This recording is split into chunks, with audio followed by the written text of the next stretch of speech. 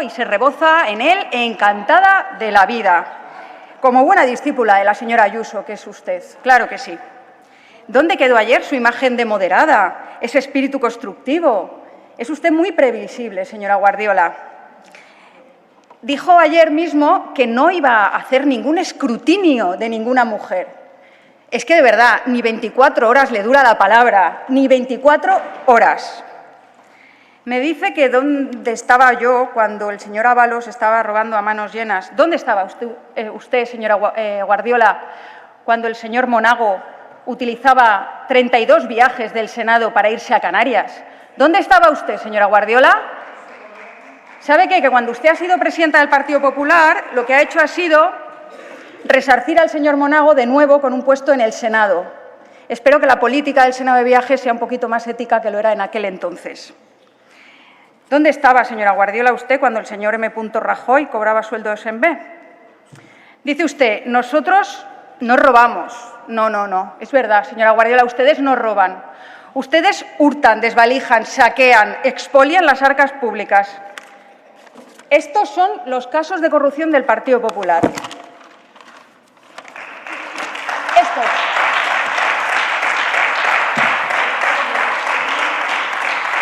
¿Dónde estaba, señora Guardiola, cuando sucedían todos estos casos de corrupción del Partido Popular? ¿Dónde estaba? Se lo digo yo, siendo cargo público del Partido Popular desde hace 14 años.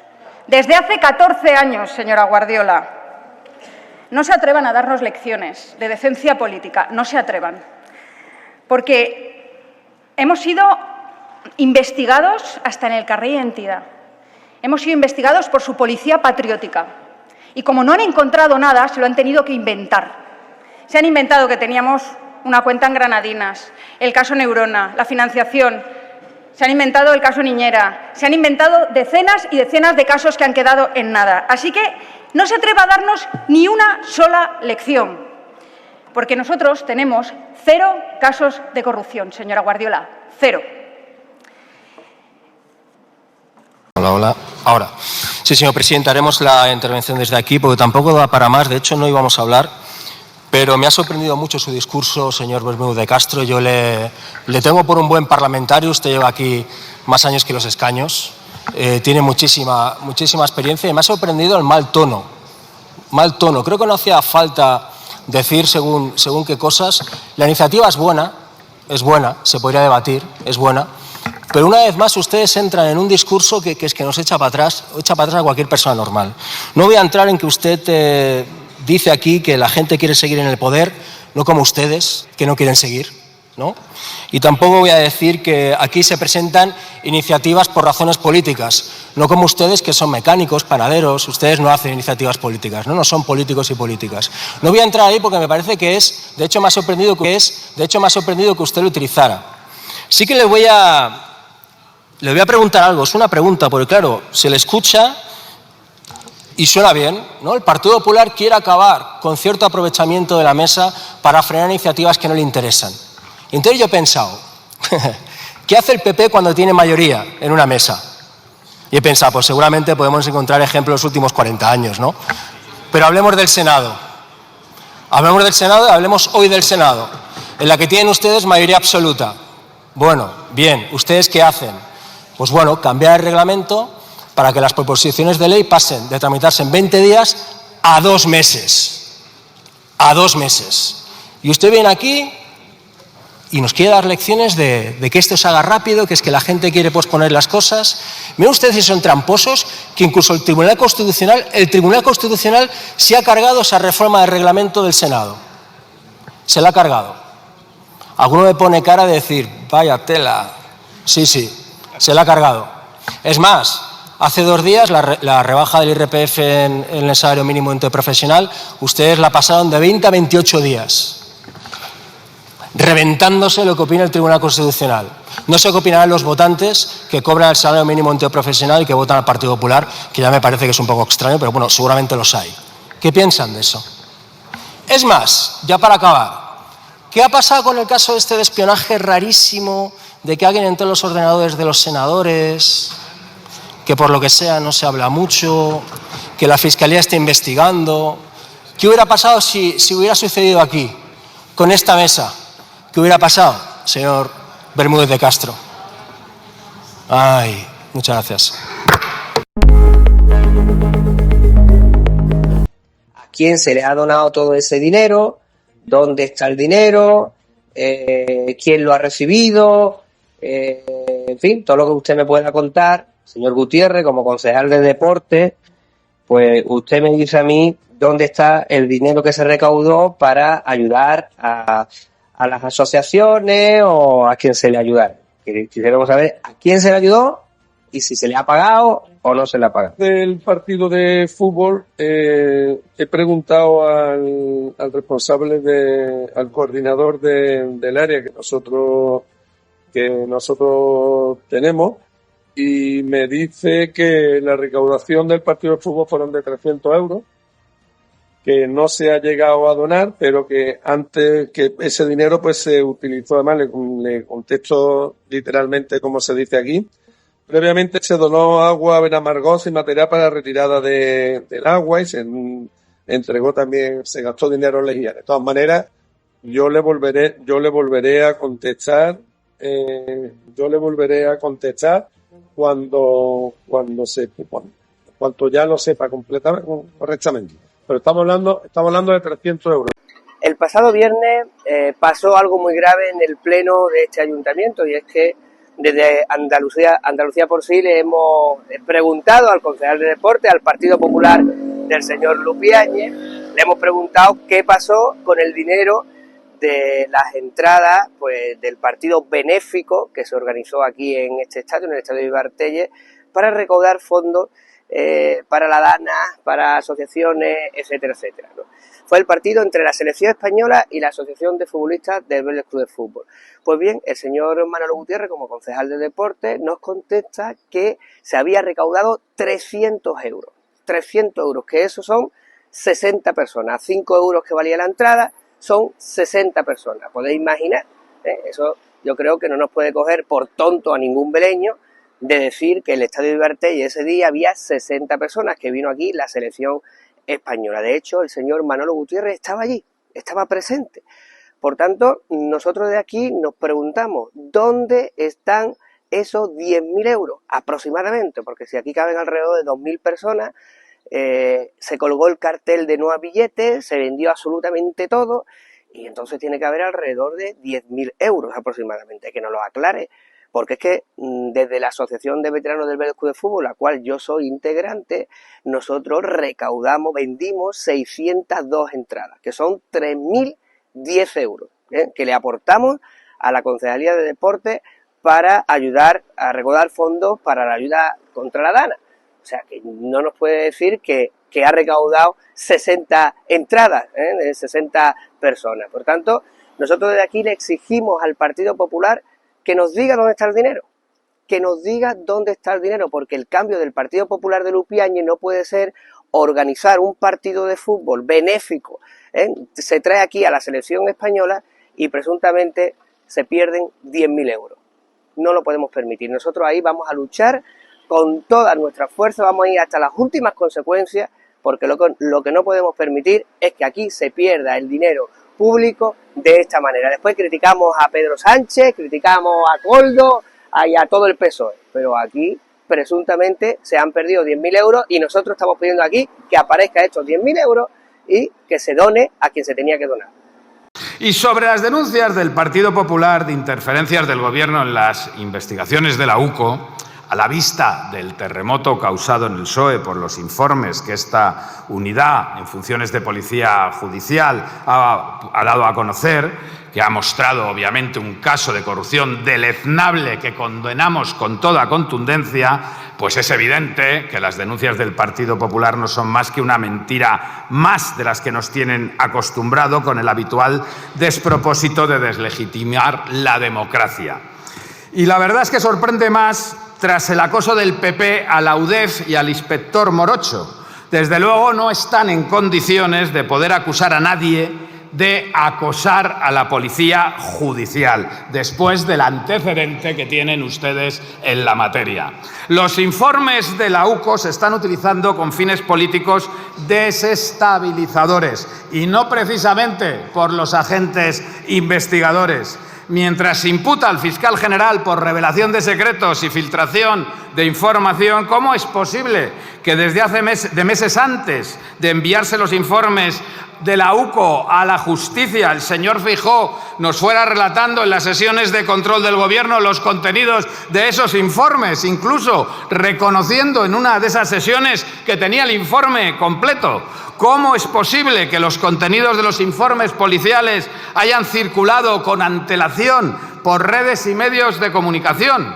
El informe de la UCO fue entregado al Tribunal Supremo el 5 de junio. ¿Cómo es posible que estuviera en manos de periodistas que reconocen haberlo conocido por fuentes de la Guardia Civil? Y lo reconoce, entre otras, Pilar Gómez Rodríguez en declaraciones vertidas en el programa de televisión Todo es mentira. Y en el informe de la UCO aparecen transcripciones de audios intervenidos al tal Koldo. Sin embargo, los medios de comunicación están difundiendo los audios íntegros, no las transcripciones. Esto solo puede haber salido de dentro de la propia UCO y no hay más que revisar la cadena de custodia, señor ministro, para comprobar quién ha actuado con fines políticos traicionando sus obligaciones deontológicas profesionales como policía judicial. Y este grupo plurinacional de la izquierda, y en especial Izquierda Unida, siempre ha tenido un comportamiento ejemplar en el manejo de los recursos públicos y en los contados casos en que se han detectado limitados sucesos inaceptables de estas características, se han cortado radicalmente por los mecanismos internos que siempre han funcionado. La corrupción nos repugna porque no es más que la sublimación del sistema capitalista, el neoliberalismo en grado máximo, que no reconoce ni normas, ni regulaciones, ni leyes más allá de la del más fuerte o, en este caso, de la del más corrupto.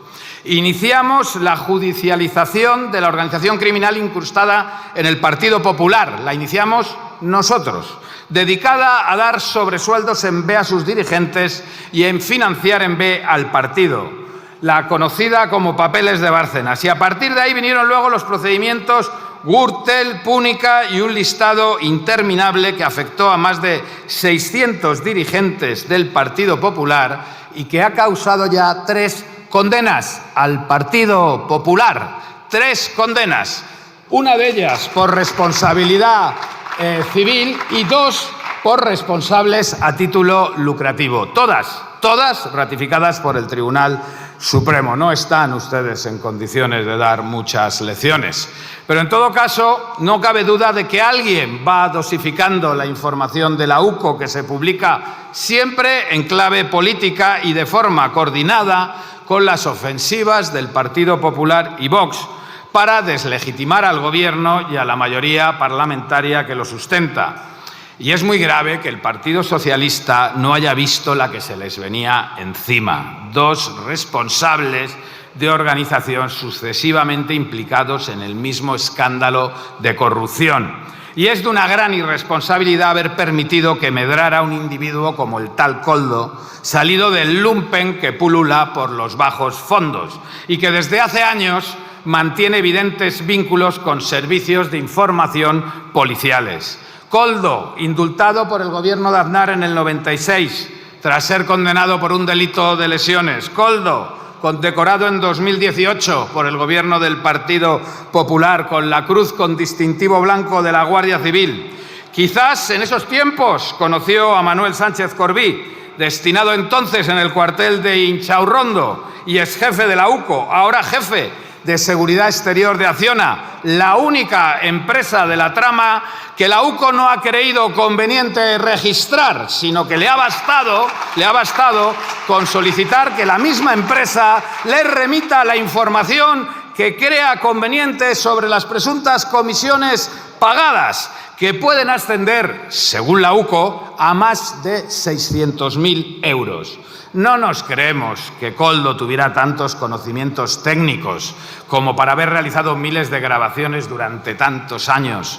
No nos creemos que fuera un virtuoso del uso de sofisticados mecanismos tecnológicos utilizados en esas grabaciones, artilugios que ni están al alcance del tal Koldo y que nunca habría sabido utilizar él solo. Y el informe de la Unidad Central Operativa desvela que Koldo también percibió un sueldo de un alto cargo del PP en Cantabria, de un tal Jacobo Pombo. Simultáneamente, los sectores conservadores y muy politizados de la judicatura se van haciendo con la mayoría de todos los órganos importantes de este país. Pero de eso ya hablaremos más adelante. Partido Popular sentando cátedra sobre la forma de abordar una emergencia que afecta gravemente a la población civil tras su catastrófica gestión de la emergencia provocada por la Dana en la Comunidad Valenciana. Cuando el máximo responsable de atender la emergencia, Mazón, ha convertido su eterna comida en un reservado y su ausencia en la toma de decisiones de protección civil en todo un secreto de Estado. Cosas veredes. Quiero resaltar el excelente comportamiento de todos los servicios de protección civil, de todas las administraciones públicas del Estado, durante el apagón del pasado día 28 de abril. La diligencia y profesionalidad de las y los trabajadores públicos ese día, la entrega de las y los miles de voluntarios y voluntarias de todas las edades que se volcaron en atender a sus vecinos, a sus conciudadanos, en los barrios, en los pueblos, en las comunidades de vecinos y en las vías públicas, ayudando a personas vulnerables o con movilidad reducida, contribuyendo a ordenar el tráfico y manteniendo un comportamiento cívico que redujo sustancialmente los índices de infracciones ciudadanas y penales normales en jornadas anteriores, y también los incidentes de tráfico, a pesar de no haber funcionado el sistema de regulación. Somos una sociedad ejemplar y hemos mostrado al mundo un comportamiento muy diferente al que probablemente habría habido en otros países como los Estados Unidos, modelo del PP y Vox, repletos de armas y de odio, donde en ocasiones similares ha sido necesario sacar al ejército a las calles para atajar saqueos y disturbios. Y a esta situación de casi normalidad, tranquilidad y cooperación ciudadana contribuyó también la desaparición por unas horas de las redes sociales, convertidas en la principal herramienta para defender bulos, mentiras, odios y violencias al dictado de la extrema derecha y de los gurús de la inteligencia. Es incomprensible que el Partido Popular y Vox no se feliciten del comportamiento de toda España, de las personas y de las instituciones. Y por otra parte, las causas del apagón ya son conocidas tras el exhaustivo trabajo de los equipos interdisciplinares que han elaborado el informe del Comité para el Análisis de la Crisis Eléctrica, que no es reservado, que está en la página web. Lo único que hay reservado son los datos de compañías eléctricas presuntas responsables. Y primera conclusión, no ha sido un ciberataque ni un hackeo, ha sido una falla horrible en la forma de organizar y funcionar el sistema, que se produjo por la oscilación de las sobretensiones. A continuación se produjeron pérdidas de generación eléctrica y el sistema acabó sin funcionar porque no lo hicieron ni los cortafuegos ni los mecanismos de recuperación que debían haber implementado mayoritariamente las compañías eléctricas. Y es preocupante la constatación de que no todos los operadores han dado la información solicitada. Hablamos de compañías eléctricas que han multiplicado sus beneficios en los últimos años con un sistema de tarifas controlado por ellas y que es unánimemente considerado abusivo por toda la sociedad. Y resulta que ni siquiera nos han dado información fiable de lo que ha ocurrido. En muchos casos ni siquiera han dado la información y en otros casos se ha constatado que hay datos diferentes sobre una misma variable según la empresa que la dé. ¿En función de qué? Pues en función de si la empresa que debía darla resulta afectada o responsable de una forma u otra por esa variable, escurriendo el bulto, eludiendo responsabilidades. Y significa que se están ocultando datos a la Administración General del Estado. Durante la fase de generación de electricidad, de pérdida de generación de electricidad, el número de grupos acoplados con capacidad de control de la tensión era inferior a los programados por el operador del sistema e inferior incluso al programado para el día anterior, al haber fallado la tarde anterior uno de los grupos previstos que no fue sustituido por la empresa que debía hacerlo. Red Eléctrica dijo que necesitaba 10 unidades de tensión para salir de esa situación y varias de esas unidades de tensión de compañías eléctricas privadas que dijeron estar disponibles y que cobraban por tenerlas disponibles, cuando se requirió para que se utilizaran, resulta que no estaban en servicio, pero sí estaban cobrando por ello. Probablemente ninguna de todas esas unidades de tensión actuó como debía, lo que demuestra que no hay un mecanismo eficaz de control de las compañías privadas que intervienen en el sistema, ni de su funcionamiento, ni de la retribución que perciben, de las cantidades de dinero que estas compañías eléctricas pueden autoasignarse en su puesto de cobros de servicio, que por lo que hemos visto ni prestan ni dan. Y aclaro, para quienes nos escuchan, que la forma de autocobrarse este servicio no prestado es repercutir un coste adicional en la factura de la luz que pagan todas las personas y empresas de este país, camuflado entre los muchos conceptos ininteligibles que todos los ciudadanos vemos cada mes cuando recibimos la factura. Se debe solicitar que devuelvan lo cobrado indebidamente y se debe sancionar este comportamiento. Y también se debe averiguar desde cuándo se mantiene esta práctica que puede ser generalizada. Una gran sobrefacturación de compañías eléctricas privadas por un servicio que no dan y que solo se detecta ante una situación de crisis de estas dimensiones. La desconexión de las instalaciones también es un mecanismo que se utiliza para mantener la tensión del sistema y, por tanto, se encuentra regulado para que el sistema funcione. Las compañías eléctricas deben desconectar en el momento adecuado, ni antes de lo indicado, porque entonces es imposible mantener la tensión, ni después, porque se puede producir una avería que impide la recuperación del sistema. Varias de estas unidades de generación en manos de compañías eléctricas privadas se desconectaron antes de llegar a los niveles indicados. Prefirieron evitar el riesgo para sus instalaciones antes que aplicar una buena técnica que permitiera haber evitado el apagón. Y las eléctricas están dando información distinta sobre estas desconexiones, que en todo caso nunca deberían haberse realizado antes del tiempo. El comité de análisis indica que sí hubo plantas que desconectaron cuando había que hacerlo, lo que permitió tanto la recuperación rápida como evitar daños. Y esto obliga a tomar medidas respecto a aquellas empresas que no han actuado debidamente contribuyendo al apagón, sea por falta de técnica, por falta de inversiones o por anteponer los intereses empresariales a los de toda la ciudadanía. Y las causas del apagón están claras. Los análisis sobre el origen de la perturbación en la red son necesarios, pero el problema es la incapacidad de una red en manos de múltiples intereses privados de corregir problemas cuando surgen. La famosa y mágica autorregulación del mercado que, según los profetas neoliberales, siempre funciona como por arte de magia, que nuevamente priorizó los intereses particulares a los de toda la sociedad. La disputa entre Red Eléctrica y las empresas de generación no son más que un trampantojo para evadir responsabilidades.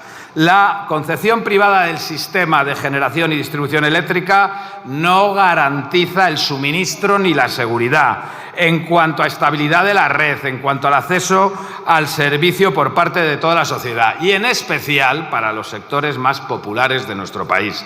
Red Eléctrica ha demostrado capacidad técnica en la recuperación del sistema en un tiempo récord y por eso debemos felicitar a los trabajadores. Pero también ha demostrado su ineficiencia como operador del sistema por su falta de vigilancia, por la adopción de criterios generales de operación que ponen en riesgo el suministro de electricidad. Y de las empresas privadas de generación poco puede esperarse. Su compromiso es con la maximización de los beneficios y no con la prestación a la sociedad de un servicio esencial ni con el bienestar de sus trabajadores. Dejar en manos del capital privado un sector estratégico como el eléctrico es una irresponsabilidad. Y este grupo de la izquierda